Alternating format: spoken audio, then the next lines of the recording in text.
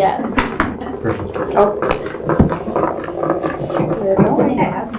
Okay, thank you for those of you who have chosen our session. We're going to get started today, and just wanted to introduce myself. I am Stacy Brownlee, and I am with Off-Campus Library Services, and we are going to talk to you today about some unique collaborations between Vault and some other programs and among students, and hopefully get some ideas from you about how we can keep going, keep mashing things up.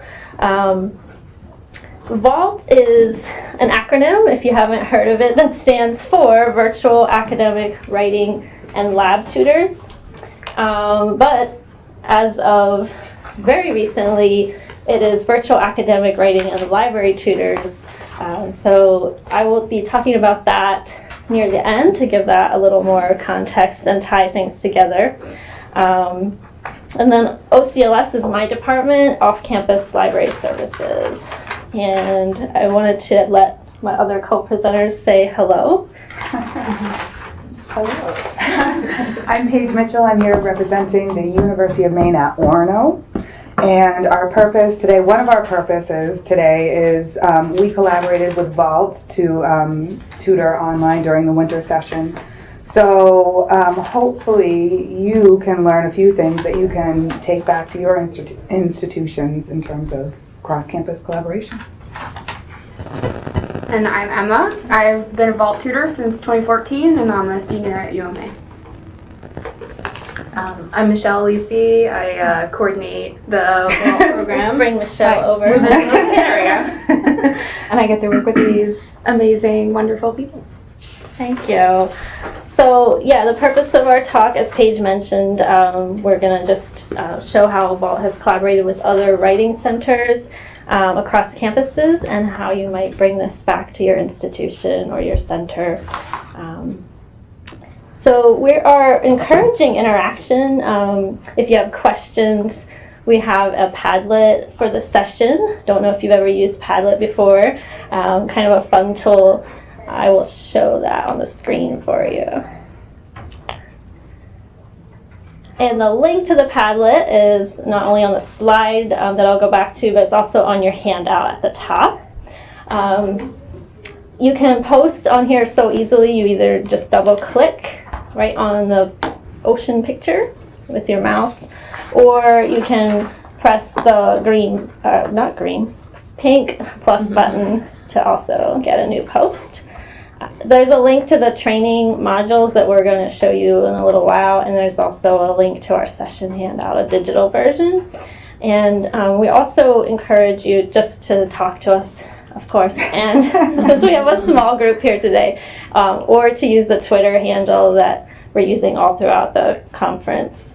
We have reserved 15-20 minutes at the end for us just to talk and address any questions we get from these different modalities.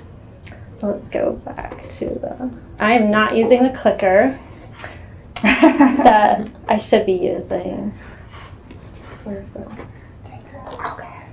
Emma has provided us with this amazing clicker that I keep using wrong. Is it sleeping? I don't think so. Ooh, we both just said that. So I'm going to turn things over to Paige Mitchell now, and she's going to talk a little bit about the mashup between Vault and UMaine Writing Center. Okay, thank you. All right, so first I'll give you some brief context and then devote most of my time about to the lessons that we learned with this collaboration. But I want to define what we mean by embedded writing support. So I run a face-to-face tutoring institution in Orono, and so when we embed tutors, we take them out of the writing center and put them in a classroom for a semester so they can familiarize themselves with the content and act as an ambassador, right, to take people hopefully back to the writing center. But embedding them online is fascinating, and Michelle can probably talk more eloquently about it, but from what I saw, Michelle embedded tutors within Blackboard classrooms. So that was pretty awesome. Did I get it? Yeah. I got it. Okay. So here we go. As you can see by the title, one reason to collaborate with Vault is that they supported my institution not only at short notice, but also accommodated my technological shortcomings or illiteracy, as I kindly put that. It's good to be honest. But so contextually, what happened was a University of Maine Studies instructor and inquired and requested and politely demanded that our writing center be open during the winter session, which we've never done that before. We tutor for throughout the academic year, which means we're closed in the summer and we're closed in the winter session. And we've also never tutored online before. We had one attempt and it didn't fly, just to be brutally honest. And this instructor asked or requested on October 26th, which leaves us about a month and a half prior to the end of the semester. As you know, that's a crunch time at the university, and then of course we have holidays and so on, and just the fact that we've never done something like this before. So that was all against us. However, our Division of Lifelong Learning and our Center for Innovation in Teaching and Learning rose to the occasion, immediately called a meeting. They agreed to support us, train us, fund us, advertise, and it looked fantastic. And I was almost foolish enough to be like, of course, let's do this. But then I looked at reality, and I had an idea. I thought, let's collaborate with someone that knows what they're doing.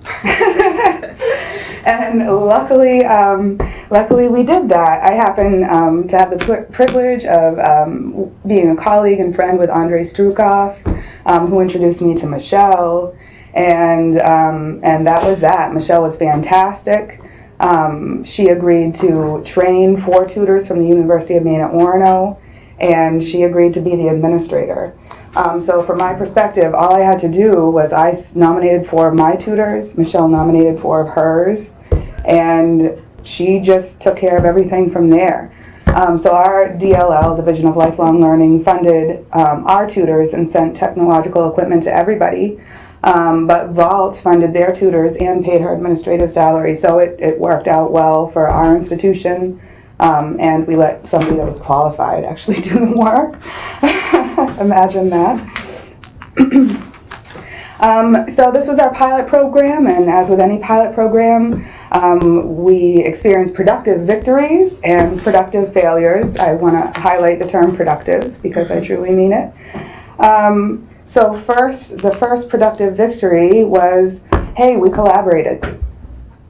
That's pretty awesome. Sometimes it doesn't happen as often as we'd like to see in universities, let alone across campuses. So I thought that was great. And it went well. We worked well together. We played nice. Yeah. Okay, we're still talking. Use the word team a lot. Yeah, team. We talked about how that experience of one team on one campus meeting another team can be so productive. And Yeah. And it was true. Yeah. Another productive victory was that it gave us a chance to experience how each of us approach basically the same thing but differently, right? So that was enlightening as well. Another productive victory here was this collaboration has given us, and by us I mean Vault and Orono, insight to move forward just by really getting a chance to examine what we do and how we do it through a different lens. Has just focused us more on just, are we effective? If so, how, right? And measuring results. In terms of productive failures, it was a time crunch. I know a month and a half it should be ample time, and especially with the support that we had from our DLL and the Center for Innovation in Teaching and Learning, and Vault support. That was fantastic. But just the history and the culture of face-to-face only tutoring at my institution, really we needed more time just to train and retrain and sort of handhold our instructors and students, and just really let them know that yes, this is what we're doing now and it's okay.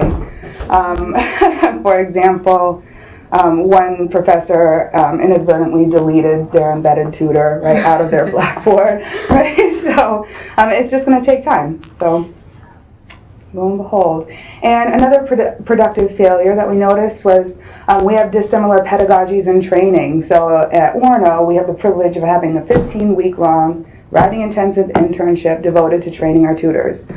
So inevitably, and Vault also has a training program, but during 15 weeks, it's pretty predictable that we would have covered some similar learning and tutoring strategies that Vault did. So some of my tutors felt that it was redundant, even though they were getting paid. And since we have the history of the face-to-face tutoring only culture, we're really heavy on peer-to-peer collaborative training methods, whereas online training, they can do synchronous tutoring and asynchronous tutoring. And so my tutors have been trained, no asynchronous tutoring at all, right? It needs to be collaborative. So that was a road bump as well, but a productive one. So that was our experience. And so I've been talking about this cross-collaboration from the vantage point of an administrator, but I think it would be more productive to hear from the vantage point of a student, right, who actually experienced this. And so Emma will talk about her experience and how this experience tutoring transfers to the future. And to transition, we have a quote here that actually was co-authored by my predecessor, Harvey Kale. And so I'll read it in his honor, even though I'm sure you've already read it before. And this quote informs the research and pedagogy that really foregrounds tutor training, and that undergraduate peer tutors are creating one of the most important experiences in their educational careers. Of course, we would say that, but it's true. And it's a complex, multifaceted experience whose influence persists not just years, but decades after graduation, which the middle author here, Paula Gillespie, and Harvey Kale actually compiled a website that studies, it's a longitudinal study on peer tutors and how they attribute their experiences to tutoring to their professional careers. So you should check it out. It's pretty awesome. Very fascinating. Yeah. And here's Emma. All right. So, as I mentioned, I've been a tutor for the Vault since 2014. I'm a senior at UMA. During this time, I've worked with tutors from multiple different campuses, including USM, some of the UC centers, and most recently UMO. As a tutor for the Vault, I've learned many valuable skills that I've mashed into the other endeavors that I've taken on. I was able to use both the soft skills and technical skills I've learned through the Vault and apply them in my main policy scholarship, my research assistantship, and across the entire board of my academics. Vault has helped me to develop skills to create learning objects, become technologically savvy, manage my time, understand and apply constructive feedback, communicate effectively with both peers and faculty, and much more. Peer tutoring has allowed me to see into other disciplines and to learn bits of information throughout them. As a writing tutor, I review a significant number of papers each semester, and I never stop learning from them. The structure of the Vault program has encouraged me to find connections between my academics and my job. This has been invaluable because it has allowed me to make real-world connections which have helped me to excel as both a student and a person. Working with the tutors from UMO was really interesting because there were many differences between their training and ours, largely based on the differences between online and face-to-face, but with other minimal differences as well. UMO has, as she stated, mostly face-to-face interactions, whereas Vault is largely asynchronous. We don't have a large amount of live sessions. Those are the minimal versus asynchronous. We do a lot of asynchronous. In addition to this, there are population differences on the campuses. UMO has a largely traditional population, whereas UMA has a large non-traditional population. Vault also works with all of the campuses throughout the system, so the variance in the type of students that you see, I think, is quite vast. These differences created conversation, questions, and interest among all of the tutors. We couldn't help but want to know what each other's experiences had been and to try to find ways to apply others' experiences to what we do and change our own approach in whatever way fits the best. This collaboration has allowed for networking, development, and growth. As both student and tutor, no two experiences are the exact same. However, the ability to collaborate across the institutions creates a community of tutors that are constantly bouncing their experiences off of each other, sharing what they learn, and adding to their skill sets. As a peer tutor, collaborating with other tutors, especially cross-institutionally, is one of the most valuable aspects of the job.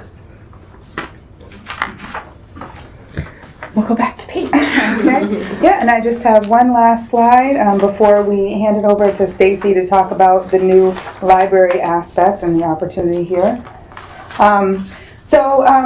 Just to bring it all together, yes, everybody should do the MASH. Everybody should or could. I invite you to collaborate cross-campusly. One reason is because it can glean insight for your writing center practice. I know you're in student.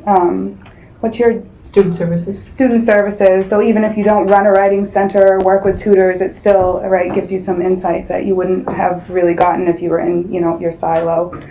Not that any of you are in a silo, but I may have been.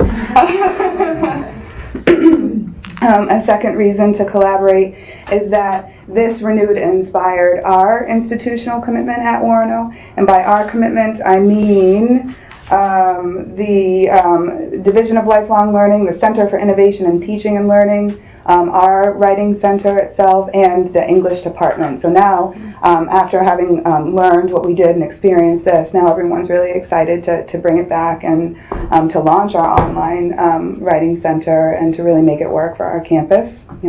That's a win-win. And lastly, I thought that this experience in collaborating with Vault was really a foundational bridge towards our online tutoring. Without Michelle's and expertise and all of her colleagues, we would have just been stuck in a non-growth mentality, right? This is the way that we've always done it. It's working perfectly fine. But so this really gave us a chance to just receive a new vantage point and to move it forward. So thank you. Yeah. Here's Stacy. Do you have anything to add, Michelle, Yeah. about the UMO portion before we transition? I'll let you talk and then Here, I'll do the clicker for you.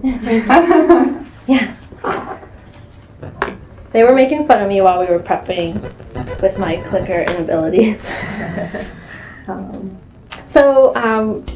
Vault is going to do some more mashing. We're going to mash again in a little different way. So I just wanted to explain our pilot program that we've been working on the training for a while, and we have in attendance who are potentially first library-specific Vault tutor. Nick is sitting over trying to hide, and he's monitoring Twitter for us as well. So this is just a little update on a collaborative cross-training project. The intention is to train the virtual writing tutors, such as Emma and others, in baseline library and research skills. The project idea was to initiate a collaborative and intentional partnership between OCLS and Vault. We've talked about, do we call this a marriage, or what are some of the other terms we batted around? best friends forever. BFFs, yeah. And then we came up with this great do the MASH idea, mashup. So we wanted to expand Vault tutoring just to include the academic library and research portion. Obviously, there's a huge intersection between writing skills and research skills in academic world. The purpose, we had several goals and purpose items. We really wanted to increase the reach of off-campus library services while also maintaining our reputation for high-touch student and faculty service. That has sometimes been a challenge. It's something we really pride ourselves on, but being a two-person department, sometimes only one person, depending on staffing situations, obviously can be quite challenging. If you were at the keynote, you heard the reach of University College. And so off-campus library services is intended to serve that same reach and population, all the centers, all the distance students, in partnership with the other libraries, campus libraries in the system. That was one of our purposes, to kind of expand and have a little more scale opportunity. Another, of course, is to enlarge the vaulter skill set. Speaking to Emma's portion a few minutes ago, why not give them another skill that will be a lifelong opportunity, you know, for their resume, something they can apply in any workplace environment. We really also wanted to decrease students who experience library anxiety or librarian avoidance. We have one librarian in the audience today. Have you ever heard of this? No one's sitting near me, so. Yes. So he is sitting all by himself, being avoided at his own table. But we kind of chuckle about these terminologies, these ideas. I've had people say, "Is that a thing?" And it is. I've got articles in my office right now on studies on students that have library anxiety, physical or virtual research. So there's the peer learning theory that Paige and Emma and Michelle are so good at and have been talking about. Part of that is reducing that student's anxiety, allowing them to talk with someone who's on their same level. And so that's a real benefit I see for OCLS being involved with Vault. And then one other thing is to market the University of Maine system libraries, services, and the campus libraries. So obviously this mashup will never be a replacement for the librarians and the library staff and the physical collections at each of our system campuses. But our hope is, and when you look at the training in a few minutes, is to just provide easier, more friendly, and more avenues for introducing students to these services. When I talk to classes, I often ask them where they get their research, and besides Google or the internet, word of mouth or asking a friend is usually the other top choice. So why not capitalize on that? And if they're working with a peer who says, I know this librarian, or I know this library at this campus, and it's the school you're affiliated with, you know, they're so great, and they can do what we call a warm transfer. They can actually directly connect them in some way, would hopefully connect more students with these services. So we wanted to show you pieces of the training module, and we also were really hoping that we could get some feedback. So we'll just, do you have anything to add, Michelle, while I'm opening about the BFFs? Or anything, interrupt me if you have anything with the training. Yeah. I'm sorry if I'm a little out of it today,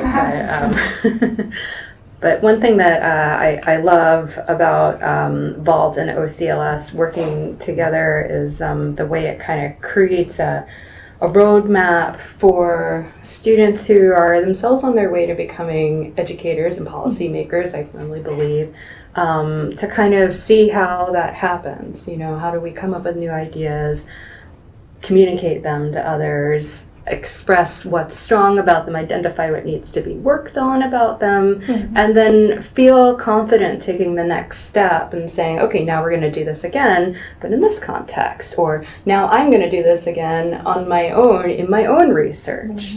And so that kind of like baton passing is so gratifying to me, you know, when I see kind of new students coming in and assuming positions of leadership and then modeling that leadership for others. And it makes me think of like a stewards program, you know, other places where students can learn students don't have to have a whole lot more expertise than the people they're holding by the hand in order to feel like they're in a space where they know how to access information and they know how to lead their peer to that information. And those skills are huge for all of us who are, in our careers now, adding new pieces in, building new skills, and looking at what's next. So for students to get in the habit of doing that as undergraduates and then start looking at graduate programs and long-term career choices with that in mind, to me, that's like one of the best things that Vault can provide. I'm so glad you mentioned that. Thank you, Michelle.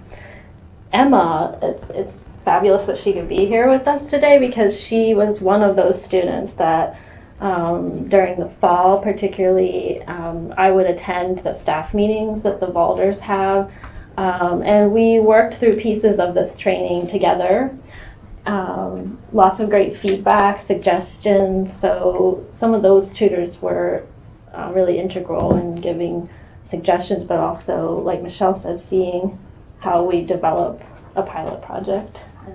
I think for the tutors, the collaboration was kind of exciting for us because the research questions kind of come to us naturally, because like if you're going to write a paper, that's where you start, is with what question are you trying to research, And so we get a lot of questions like, well, how do I get resources? How do I start? What do I do? And it's like, well, there's these professionals that are right there, right at your access, can show you where to start, but if you need more help than this, then you can reach out to these wonderful people, That was already happening kind of organically, so this kind of is a great transformation, I think. Yeah, thanks. So you can see on the screens, this is our new version of the training. What's very cool about this is it is now a Creative Commons, open to anyone. The content used to be behind the Blackboard wall, and we may still, for our purposes, have some specialized content that's just for our group, but you can transform it for your own purposes, modifiable. We encourage you to take a look at it and think about how you might add resources from this training to your situation, to your course, to your program, to your center, to your library, or is there a similar training that you might want to develop for your team of tutors or students, or is there something we can help you with? And provide something custom that you don't see here. So the Vault training is the virtual writing tutor training. It's a mouthful. And our goal here was to make this really, really easy to use and to keep track of the students' progress so they can click through and have a lot of navigation. The learning outcomes are stated right at the beginning. We're really trying to follow best practices in instructional design.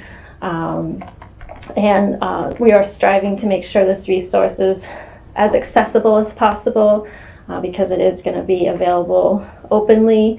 And then there are opportunities for knowledge checks, diagnostics, and feedback throughout.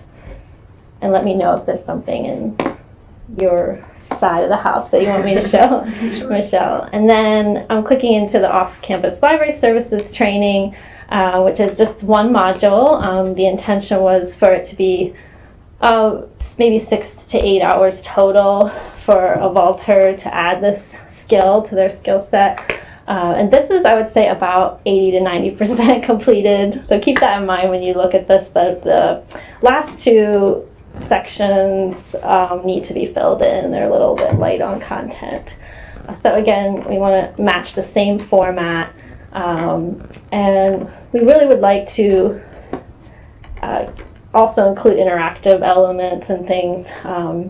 So having the tutors watch videos, for example, some of our knowledge checks are going to be the tutor might do a screencast of themselves performing a search in one of the library resources so that we can kind of evaluate and assess. So we, again, would love any feedback now or later. And you can always use the Padlet later. It'll stay there if you'd like to comment outside of the session. So we're pretty much wrapping up our portion. And we left some time for dialogue with you all. I should mention our sources are available here on our slides, but they are on your handout. And you can also suggest sources, because I know it was in the session description as far as contributing to our bibliography. So you can always suggest sources on the Padlet or contact any of us. We'd love to. I'm speaking for myself as a librarian. I have a whole folder for just the peer learning theory, so I would love anything that anyone else wants to contribute. And I think, Paige, you wanted to mention 2 of the sources. Right, so there are 2 sources that we use at Warno on this annotated bibliography to train our peer tutors. If you have any questions about those, one is the St. Martin Sourcebook for Writing Tutors. It details how to tutor internationally, globally, right, taking all of these cultural aspects into account, and going multimodal. And then this is Undergraduate Research in English Studies, they're both anthologies. And this, in terms of what Michelle was talking about, like passing the baton to undergraduate peer tutors, this is exactly what this book advocates for. So I have our tutors do ethnographic research studies and they publish and contribute to the writing studies field. So those 2 entries are in your annotated bibliography too. It's similar to when we have our tutors for Vault create these videos, and there's like a whole education just in learning how to deliver that product, right? So they might get some education with a screencast program that they haven't used before. They might suddenly have a whole new understanding of how to create titles so that anyone will be able to access this content, and things like, developing your ideas in a script beforehand, sharing it, getting feedback, going back. It's almost like in a way they're creating their own essay, right? And so to think about it in those terms is helpful. It kind of keeps their work not that many steps removed from the work of the students that they're supporting, and it allows them to kind of convey, their best practices, and allow that to inform their feedback to other students. Yeah. So I think that ends our portion, and it's your time to ask any questions. And I do want to thank my co-presenters who have been fabulous. Emma did a ton of work for me on that handout. Thank you, Emma. She is an excellent writer. For Michelle for adding all of your expertise and being the point person for all of this. And for Paige coming down from Orono, and she was so helpful in developing the presentation and getting us to practice. So. It's a privilege to have, a team that's like established and kind of tried in terms of traditional approaches. Say, hey, sure, we'll try something new, and just kind of take a chance. It's refreshing. Yeah. Yeah, refreshing. Right now, I think in the political climate of our institutions, it's sometimes hard to remember that collaboration doesn't have to undermine our autonomy. Yeah. And it can actually be used to, provoke new development rather than undermine what's happening. Absolutely, yeah, well said. 100% agreement. Yeah. Yeah, on that, I wondered if you had an example of like an asynchronous method that you kind of adapted to make more to fit your peer-to-pear model better, and vice versa, if there was something that the asynchronous model was like, we can take something that they're doing over, or if there was like a specific thing that moved back and forth? So far, nothing's moved. We're still, we're like staunch Okay. synchronous, peer-to-peer collaboration. Just because we have, just trying to avoid, people that just sort of say, here you go, they go and get a latte while somebody cleans their paper, fixes their paper. Oh, seriously? Yeah, no. So really to put them, but So how do you Yeah. guys avoid here, I'll be back in an hour for, my tune-up, kind of bottles of time. yeah. It's really the technique with which tutors are trained to respond. So you could hand me your paper and go get a latte, and if I were a brand new tutor, I might actually feel a little more comfortable with that, right, than having you look over my shoulder. Right. But then my job becomes noticing something and figuring out a way to call it out that helps you get to a resource that you can then apply and doesn't tell you. So I might not say, you have to change your punctuation here, but I might say something like, what punctuation could you use here to indicate a pause? Or was this, meant to be a pause in your thought, or are you looking to continue? So those sort of like interacting with the writer's ideas and constructions allows for this like asynchronous feedback that doesn't answer all the questions and fix all the problems. And it doesn't necessarily produce a perfect paper for the student, which is something else that we struggle with, where students say, I thought I'd handed my paper and then it would be like handed back corrected. Yeah. Yeah. So those steps of, how do I learn to identify what's wrong and then figure out what are the steps I need to start making those corrections on my own, and then how can I get more feedback from other tutors, to make sure I'm going in the right direction.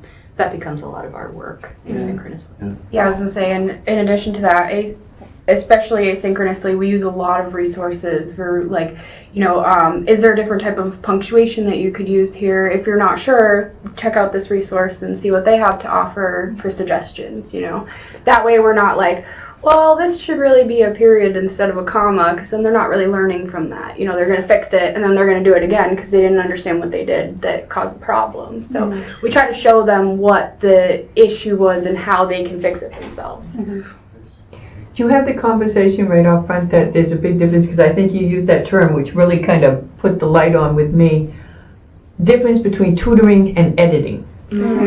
Yeah. And to explain that difference to them, that the tutoring is so they can not have these mistakes in the future, that they will recognize them and write better, because I think that's a surprise sometimes when students use English tutors. That Yeah, it's a very common misconception, for sure.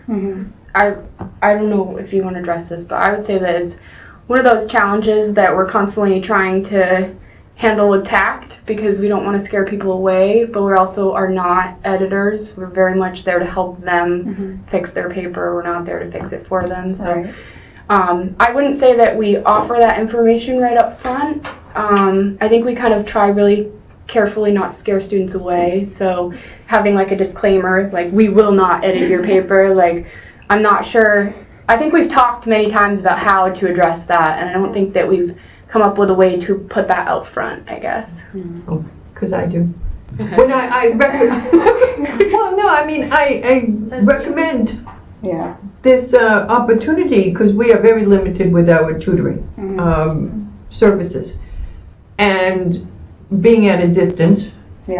So it's like, yes, but I will explain it to the, if I'm recommending a on-site tutor. Remember, the goal to this is so you can, learn. Develop, right? And don't expect it to come back, in that it's not like your teacher's going to correct it and return it. This is like that supplement. Right. But I am curious with the library, putting the tutor, I'm sorry, I'm shifting gears here, but. Sure, please do. So, is this, if somebody wanted this, would they go through the library or through the vault? Which would get the most direct to a, So our goal here is that it would be kind of seamless and invisible, and it would be through Vault. okay. Yeah. This is not to say that you shouldn't feel free to refer students to off-campus library services. Oh, I do. Yeah. I'm not shy. Yeah. I mean, this is great. In fact, I Yeah. just got my library card recently, so I could demonstrate. Yeah. Yes, I just chatted, and they could tell me I didn't have an active one, and they made it show up at my house within a couple of days. So I mean, it came in real timely with orientation, but so I could point that out and use it as a real example. Yeah. But- Thank you. It's really helpful. The more that is addressed at orientation, and just get students started right away. But yeah, nothing's changing about what services my department offers or any of the campus libraries. Of course, they can still access Nottage and Bangor and Kate's here if they're UMA students or their other affiliations, But just trying to add another channel. And especially if you sense maybe that a student would respond better to a peer, or maybe it's efficiency. I know a lot of our students are so time crunched, so it's kind of a 2-for-1. A librarian might still have to follow up, but the tutor will be able to get them started for sure. And I noticed that too with students a lot. Even on the chat you mentioned, I feel like that's what we're there for a lot of the time, is to help that student nudge past some obstacle or just get them started. They forgot where this certain database was or something. So thank you. So, Rachel. selfishly thinking again about Bridge program and how this could possibly help them. I've tossed around since that meeting that we had a couple weeks back about having an embedded person in the class, but because of the nature of the class, it's a year-long class, and because they are juniors in high school who have to kind of do this skill build-up in writing. So by December, January, I think that's when their writing has improved to a point that they'd be willing and ready to engage actively with someone.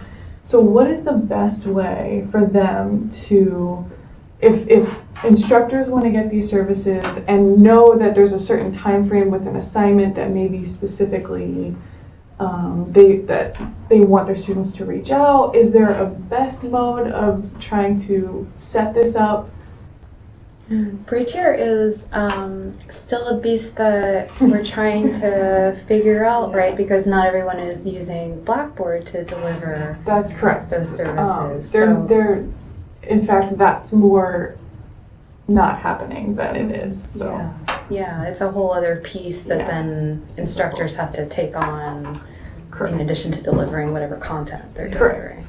Yeah, so it feels like a good right place to at least do some conversation and maybe brainstorming, and to maybe bring back to the folks that you're helping some ideas from this conversation, and then ask, where could we plug something in? And now that we're not Blackboard based with at least our pieces of training, how could we plug it in? Are there other ways that your students can access it? Yeah. Maybe there's a module where they themselves become more comfortable and start to see themselves as peer reviewers, not paid tutors, but right. So that could help. There's a shift when a student starts to see herself as a role model and as someone who can, deliver a lot of the skills that, teachers are looking for their students to access. Right. It's a huge professional development jump, and I could see Bridger students really getting a lot out of that. Yeah, I agree. So we're getting the cutoff sign from our media services technician.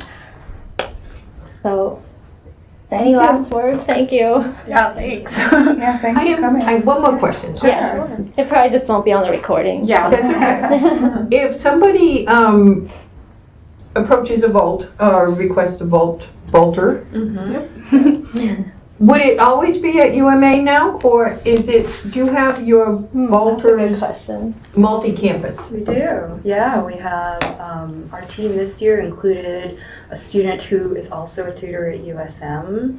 That's something I try to do. If I have a student who I know is on a different campus, I'll say, "You want to apply to this writing center too?" You know. We had a UMF student who is just completing her degree. So yeah, that's one of my favorite things is that we get to sort of spread out and know how different campuses are delivering these skills. What are you looking for in tutors? Or are you always trying to recruit, or are you? Yes, we're always open to recruiting new tutors, and we have different pieces in place. So if students have financial aid, they may be able to use that towards their position. So they might be able to work as work study students for Vault, things like that. And these are at distance as well? Correct. Yeah, you have a couple of tutors at centers. Yeah. We had one at Brunswick and one Rockland. The Rockland, yeah. Not South Parish yet. Not